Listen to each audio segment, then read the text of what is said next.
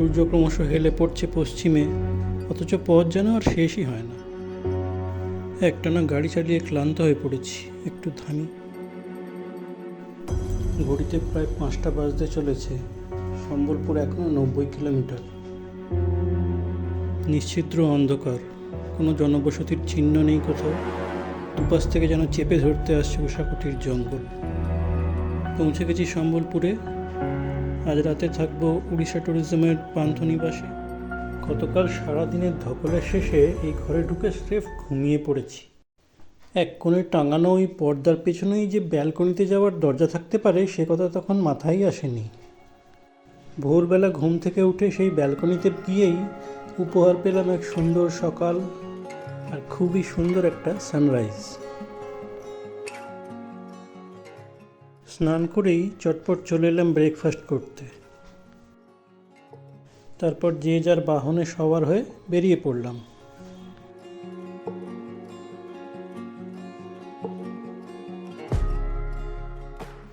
আজ local site সিইংয়ে আমাদের প্রথম গন্তব্য মা সমলেশ্বরীর মন্দির।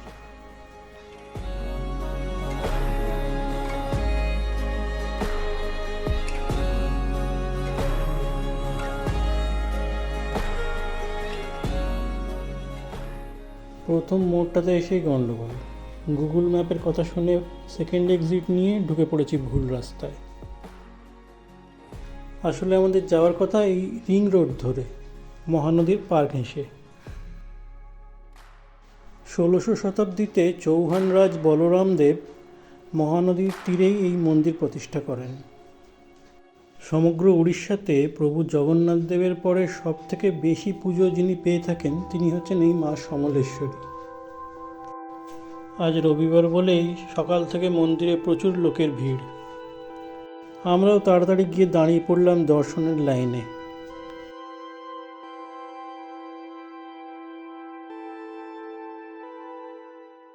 দর্শন করে বাইরে বেরিয়ে এসে একটু ফটোগ্রাফি।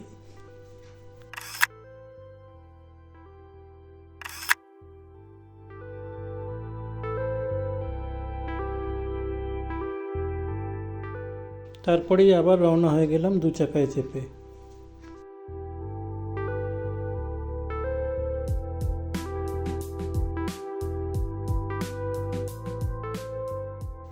এবার আমরা যাব এখান থেকে 16 কিলোমিটার দূরে হীরাকুদ ড্যামের উপর অবস্থিত গান্ধী মিনার দেখতে।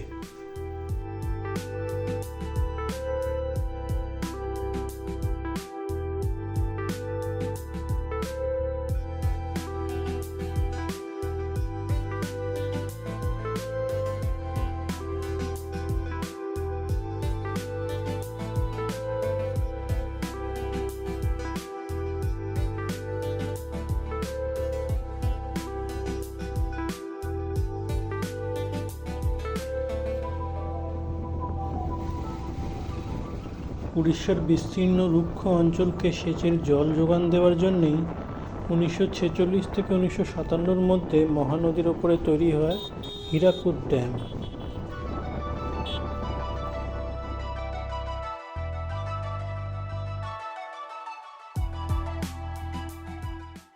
গান্ধী মিনার অবস্থিত একটি টিলার মাথায়, আর 10 টাকার টিকিট কাটলেই নিজের বাহনটিকে নিয়ে উঠে যাওয়া যাবে একদম ওপর অবধি।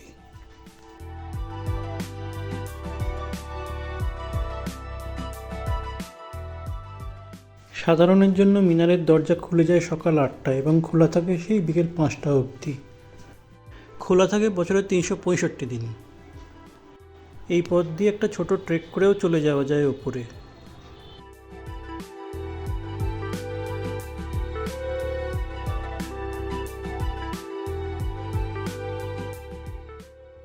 এছাড়া উপরে যাওয়ার জন্য রয়েছে রোপওয়ের ব্যবস্থাও।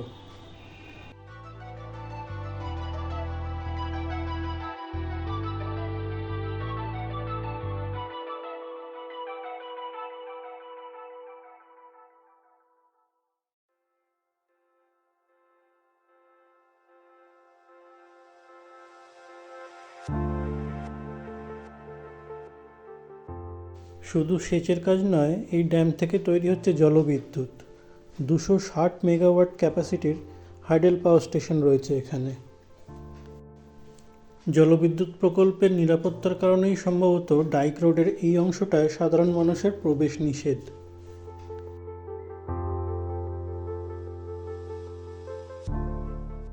মিনারের ওপর থেকে ড্যাম এবং রিজার্ভারের অনেকটাই দেখা যায়। আর দেখা যায় সম্বলপুর শহরটা।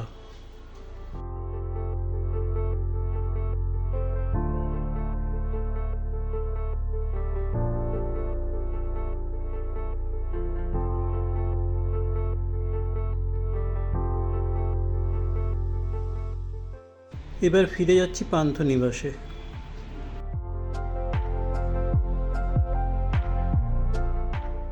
কয়েক মিনিটের মধ্যে জিনিসপত্র গাড়িতে বেঁধে নিয়ে আবার নেমে পড়েছি পথে।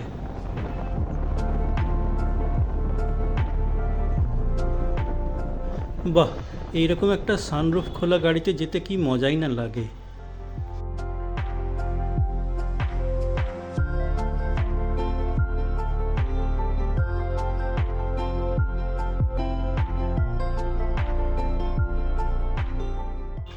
এখন আমরা চলেছি সম্বলপুর থেকে 33 কিলোমিটার দক্ষিণ পশ্চিমে চিপলিমায় ঘণ্টেশ্বরী মন্দির দেখতে।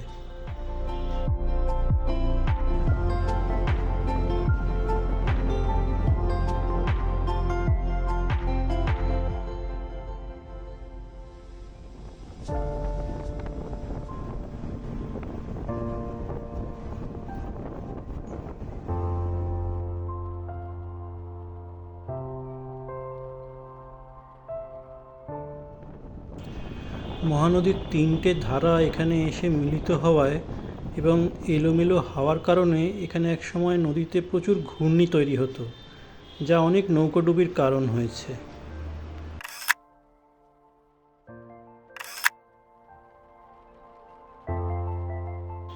হীরাকুদে বাঁধ দেওয়ার পরে এই সমস্যা অনেকটা কমেছে। গাড়িতে জিনিসপত্র বাঁধা আছে, তাই আমরা এখন একজন একজন করে গিয়ে মন্দির দেখে আসব। এই দেবী নাকি খুবই জাগ্রত, আর ভক্তের মনোকামনা পূর্ণ হলেই এখানকার রেওয়াজ হলো ভক্ত একটি ঘণ্টা নিয়ে এসে বেঁধে দেবেন মন্দির চত্বরের কোথাও একটা। সেই কারণেই মন্দির এবং মন্দির চত্বর জুড়ে ঝোলানো রয়েছে অনেক অনেক নানা রকমের ঘণ্টা। আর তাই জোরে হাওয়া দিলেই এই সমস্ত ঘণ্টা সমবেত যে সুর তুলছে তা খুবই শ্রুতিমধুর।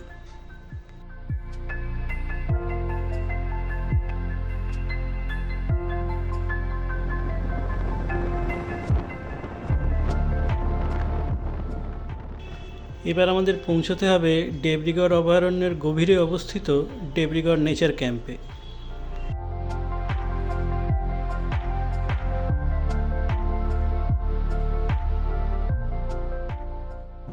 গুগল আর্থে দেখে যে জায়গা এত সুন্দর লাগছে, বাস্তবে তা কেমন হবে।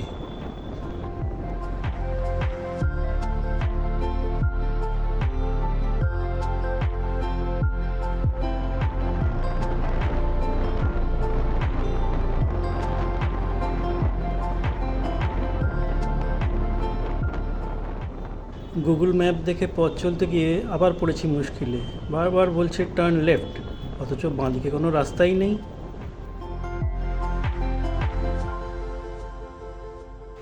শেষ পর্যন্ত লোকাল গুগল ম্যাপ অর্থাৎ স্থানীয় মানুষের সাহায্য নিয়ে এবং কিছুটা নিজেদের উপস্থিত বুদ্ধি কাজে লাগিয়ে আমরা খুঁজে পেলাম সঠিক পথ।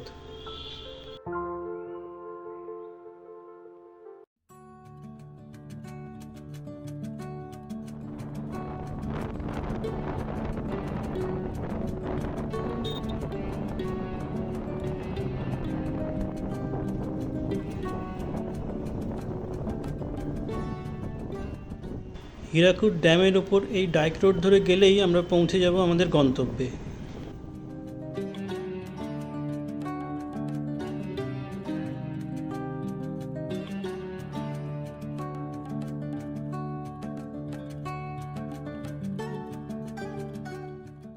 তবে তার আগে এই সুন্দর পরিবেশে হয়ে যাক একটা ফটো সেশন।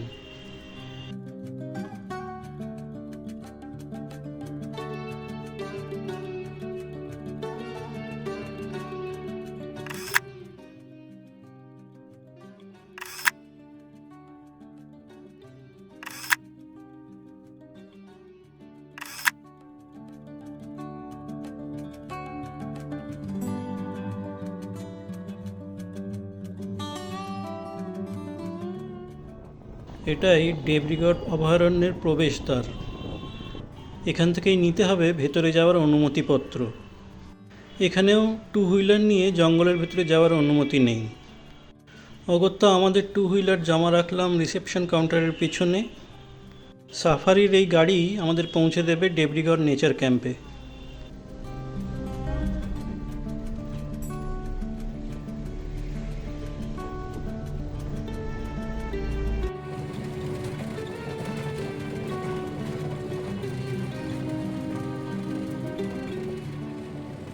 জঙ্গলের ভেতর একটু যেতে না যেতেই দেখা গেল একটি ময়ূর বেরিয়ে এসেছে আমাদের ওয়েলকাম করতে। 347 বর্গ কিলোমিটার এলাকা জুড়ে এই দেবরিগড় অভয়ারণ্য। চিতা, বাইসন, সম্বর, হাতি, বুনো শুয়োর, চিতল, চৌসিঙ্গা, কি নেই এখানে। অন্য সব জীবজন্তুর সঙ্গে এই অরণ্যে আরও রয়েছে 234 প্রজাতির পাখি।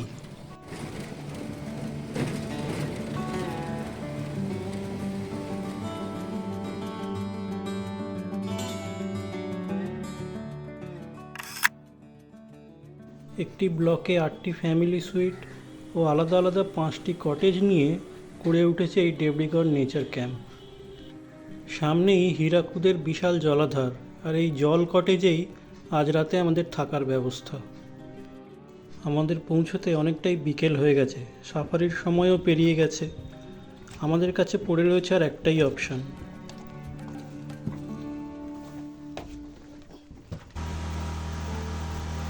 পড়ন্ত বিকেলে একটা স্পিডবোট নিয়ে বেরিয়ে পড়লাম আমরা দুই বন্ধু।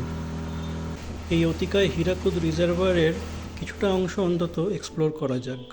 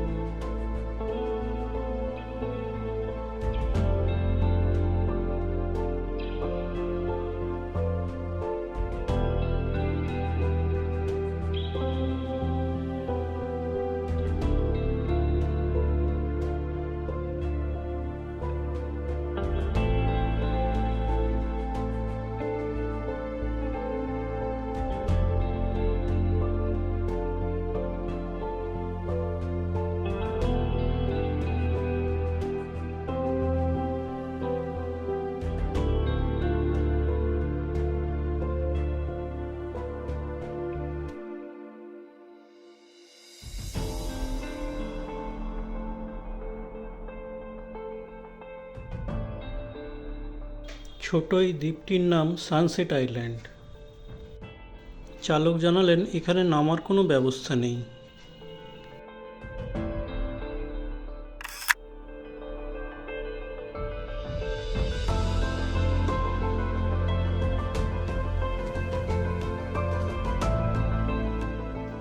দ্বীপটাকে চারপাশ থেকে ঘুরে দেখতে দেখতে সানসেটও দেখা হয়ে গেল।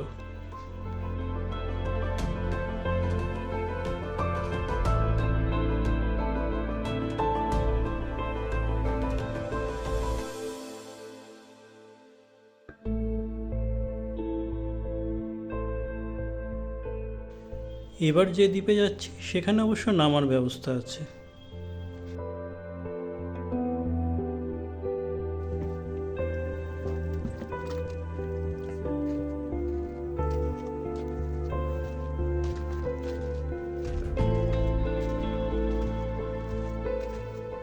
অল্প কয়েকটি জেলে পরিবার বসবাস করছে এই দ্বীপে। আর গাছে গাছে প্রচুর বাদুড় ঝুলে থাকে বলে এই দ্বীপের নাম হয়েছে ব্যাট আইল্যান্ড।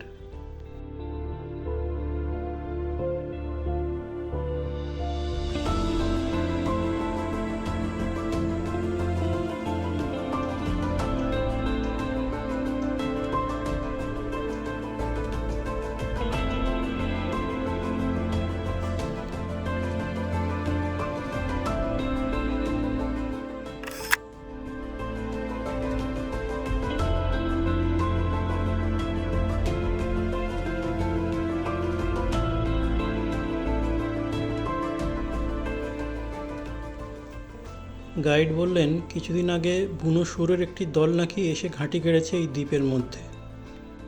আর বলতে না বলতেই দেখা দিয়ে গেল তাদেরই এক ক্ষুদে সদস্য।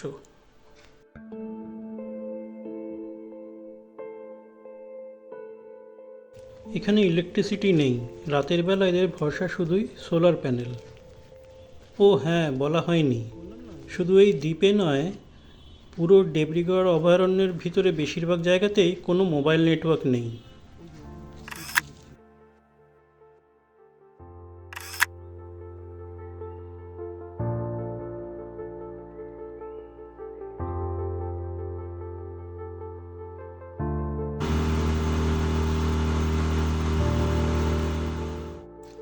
একটি ভাসমান দ্বীপ।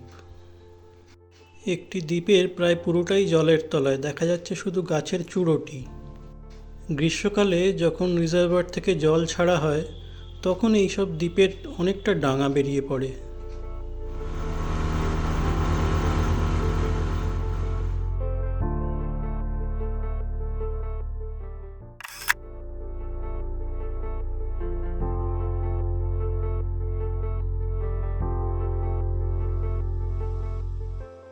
বোটিং শেষে ক্যাম্পে ফিরে এসে চোখে পড়ল ক্যাম্পের ভিতরেই রয়েছে একটা ওয়াচ টাওয়ার।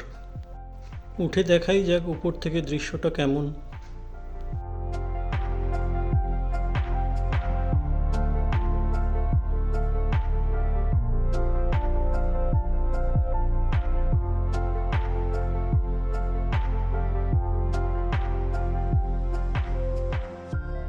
ওয়াচ টাওয়ার থেকে নেমে ক্যাম্পের গেটের বাইরে গিয়ে দাঁড়ালাম দুজনে। চারিদিকে গা ছমছম করা অন্ধকার, কত কী থাকতে পারে এর মধ্যে, কিন্তু রাতের অন্ধকারে পায়ে হেঁটে এই জঙ্গলের ভিতরে যাওয়া নিষেধ আছে।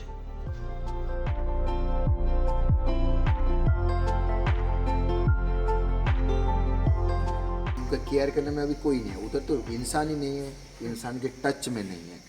वो अभी 75 ईयर्स हो गया, उधर ही उनका जीना, खाना, मरना, उठना, बैठना सब उधर ही है। एक वाइल्ड की तरह बिहेव करते हैं, जैसे कि इंसानों को देखे नहीं कि छिप जाएंगे, जैसे समबर डियर, स्पॉटेड डियर, मारने के लिए भी दौड़ाएंगे। इसलिए इधर उतरने का नहीं है, डायरेक्ट इधर जाके खाली उनको बाहर से देखने। जिसमें डीएफओ बैठती है। और ये तो जब मिल जाएगा ना तो बड़ा जंगल बन जाएगा और टाइगर आ जाएगा, तो इसमें अभी टाइगर का भी इधर चांसेस रहेगा। अभी भी तो है टाइगर। ফরেস্ট গাইড শ্রীকান্তের কাছে এই জঙ্গলের সম্বন্ধে, জন্তু জানোয়ারদের ও এখানকার আদিবাসীদের সম্পর্কেও অনেক কথা জানলাম।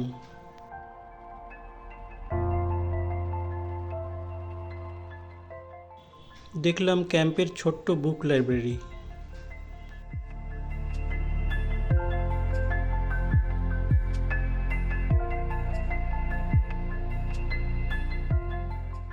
দেখতে দেখতেই ডিনারের সময় হয়ে গেছে।